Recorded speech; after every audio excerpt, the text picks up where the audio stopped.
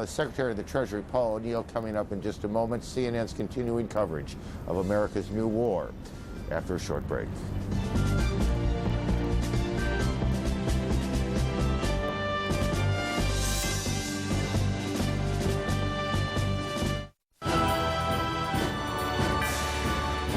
Developments as events unfold in America's new war. Stay with CNN.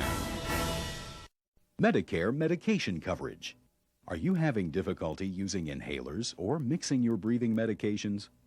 Do you use Proventil or Albuterol, Atrovent, Combivent, or other breathing medications? Did you know that if you qualify, Medicare covers breathing medications that are already premixed? To find out if you qualify, call us at Med4Home. Call toll-free 1-800-403-3609. Are you one of the millions of American males who would like increased sexual energy? If you've been considering Viagra as a solution, consider something different. All-natural Enerx. Clinical studies show various ingredients of Enerx enhance sexual energy, increasing desire, performance, and satisfaction. Enerx is all natural with no side effects. With Enerx, you'll feel the increased energy within minutes and with no chemicals. We're so sure you and your mate will be completely satisfied. We'll offer you a 30-day, no questions asked, full refund. Enerx stimulates sexual energy by expanding the blood vessels, causing increased blood flow to specific areas of the body. Unleash the power of Enerx now. Call 1-800-367-3614 toll-free, and it will be delivered discreetly to your home. Get results using the safe, all-natural alternative, Enerx. Is your child protected for the future? For years, Gerber has been telling you about the Grow Up Plan. It's a $5,000 cash value life insurance policy that costs less than $1 per week. At age 21, the protection doubles to $10,000 with no increase in premiums. Call now for your free information package. The Gerber Life Grow Up Plan, a solid investment in your child's future. Call now. Call this toll-free number for free information about Gerber's Grow Up Plan. Call now. This is CNN.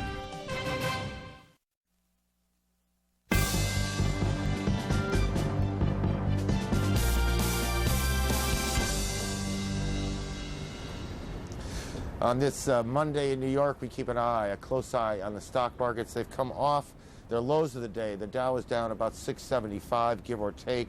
So just in the last 15 or 20 minutes, it's bounced up a bit from that. The NASDAQ, too, has come back a little bit more. Back to the trading floor, Christine Romans is at the New York Stock Exchange. Christine?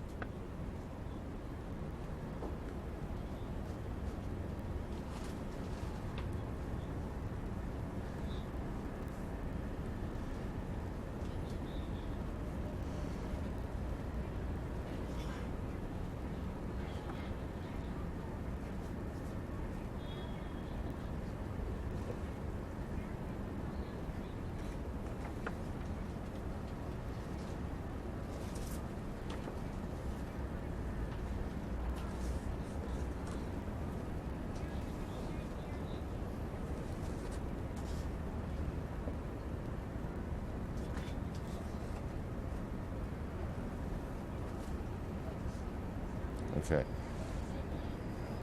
All right, we're having some audio problems with Christine. She's taking a look at the sectors that were in the most trouble, and first among them, the airline sector. No one is surprised by this. Airlines obviously are being hammered today. Insurance companies not doing well. We noted Disney stock. Disney also is affected by the general economy, but also by people's willingness to get on airplanes and go to theme parks. Disney was having a tough day. It has not been since December 31st, 1998, that the Dow Industrials have been below 9,000. They are now. As the market down, the Dow down 642 points, and does seem to be moving off the lows. Lou Dobbs joins us now. He has Secretary of the Treasury Paul O'Neill with him, and I imagine the Secretary has his eye on the market as closely as anyone. Lou? Exactly right, Aaron. Thank you. Treasury Secretary O'Neill, one of many who gathered to ring the opening bell at the New York Stock Exchange this morning, working hard through his department and other agencies, and of course Wall Street to ensure an orderly open and orderly day. Mr. Secretary, thanks for being with us. Glad to be here. We have a significant sell-off. We have some volatility. What is your thought right now? I'm very pleased the markets are open again. It's a beginning and end note for the U.S. economy that we have, in effect, a world financial switching center where buyers and sellers come together and make markets, and not having them for 4 days is really very unusual, not since the First World War. It's nice to have the markets back in business. These markets been closed, as you say, for 4 sessions. It has been a very long time indeed since that has happened. With that pent-up frustration on the part of buyers and sellers, this is not an entirely unexpected result in at least the early going today. Well, I think that's right. You have to always remember when you're looking at markets, for every seller there's a buyer, and for every buyer there's a seller. My guess is when we look a year down the road, the people who bought today are going to be the happy people. The people who sold will be sorry they did it. Well, this morning when you and I talked earlier, you said you felt that we would see new records in this market. I guess the question to follow up with here a couple of hours later is how soon? Well, I don't know. I think it's conceivable we could be approaching the tops on the Dow side in another 12 or 18 months. Well, no one knows for certain, but I think we've not retreated so far on the Dow side that we couldn't be looking at the records again when we get into the middle of the next expansion phase in our economy. The expansion phase of the economy, a lot of mixed views, obviously, in terms of where this economy is headed. The strength of this economy obviously ebbing going into the last month. We started to see some weakness in terms of the consumer that we had not seen. Is it your judgment that this economy is stronger than some would have it? Well, you know, I think those who saw weakness weren't paying any attention to the positive factors that continue to exist in our economy. And the last few months, I thought the positives outweighed the negatives, not by a lot, but by an amount, and that with the flow of funds that was going into the economy a week ago today, I would have said then, and I will say now, I think we're on the move back. We have a resilient economy. You know, the crops are still growing in the fields, and the people are still showing up in the factories, and the shopkeepers are out there. Even here in Midtown New York, you can begin to feel a quickening pace again. We'll get our act together. We're going to be okay. No recession? I don't think so. And in terms of the event that precipitated all of this, the devastating terrorist attack on the World Trade Center and the Pentagon, all of that, whether one looks at it geopolitically in terms of terrorism, howsoever, fundamentally there are economic and financial underpinnings. All that happened required money, planning, sophisticated maneuvers of money. Has your department and other agencies as well, have you found any links, any indications as you go from bank to financial institution around the world looking for the money of Osama bin Laden and other countries or organizations? Well, you know, I think for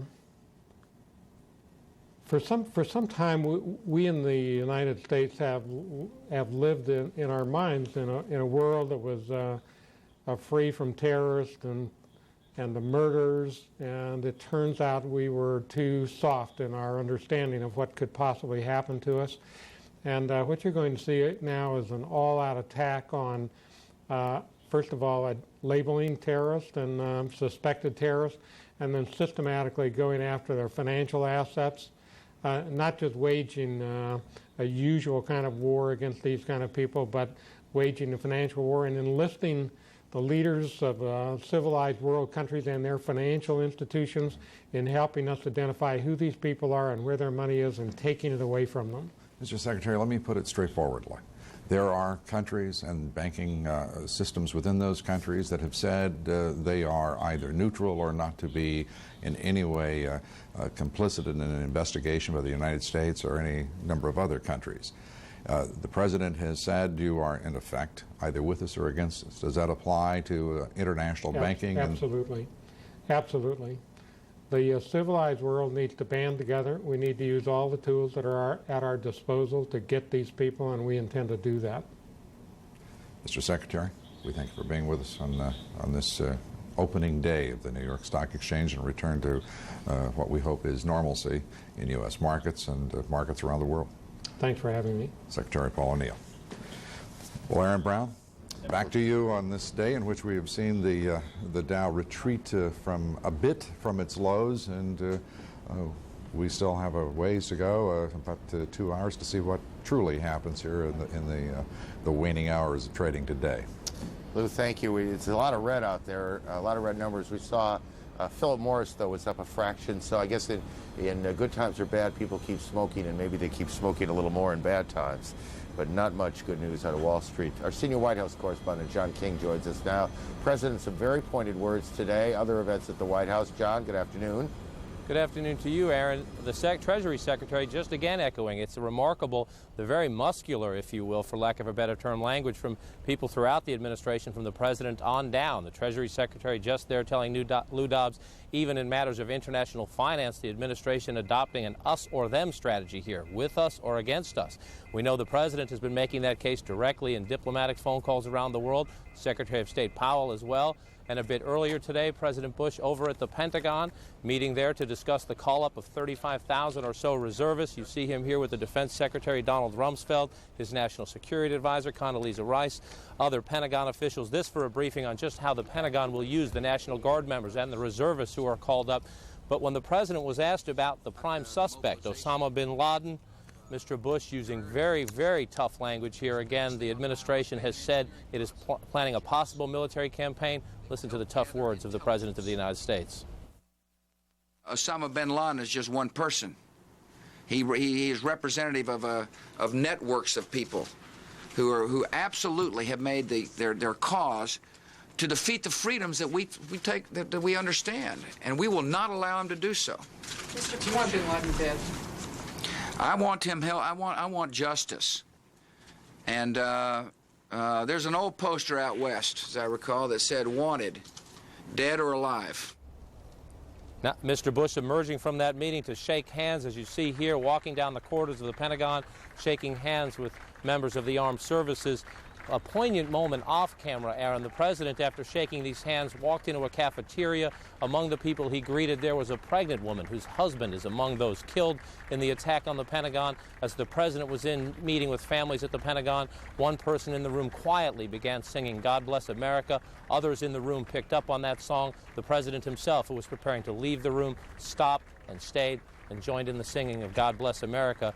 The President now back at the White House, about to leave the White House to visit a mosque here in the Washington area. That's another part of the President's duties these days. At the White House, they say they are increasingly concerned with a backlash in American public opinion against Arab Americans. Mr. Bush to visit an Islamic center in the Washington area to urge the American people, as they hear all the news about the suspects being of Middle Eastern and Arabic, perhaps Muslim origin, not to take that out on Arab Americans living here in the United States. Aaron? John, the President sounded very much like the Texan that he is at one point when he said that bin Laden wanted dead or alive. Just the tone of that was striking, wasn't it?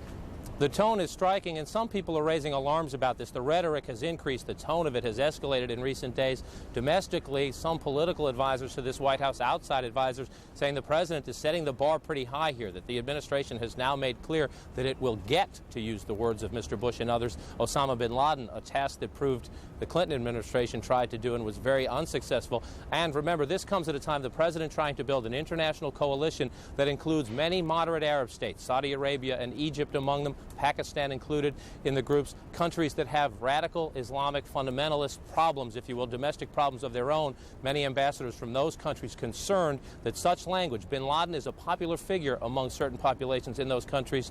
Many of their ambassadors here in the United States telling the White House such strong language, wanted dead or alive, is not helpful to them at all. Aaron? Just one other thing, John.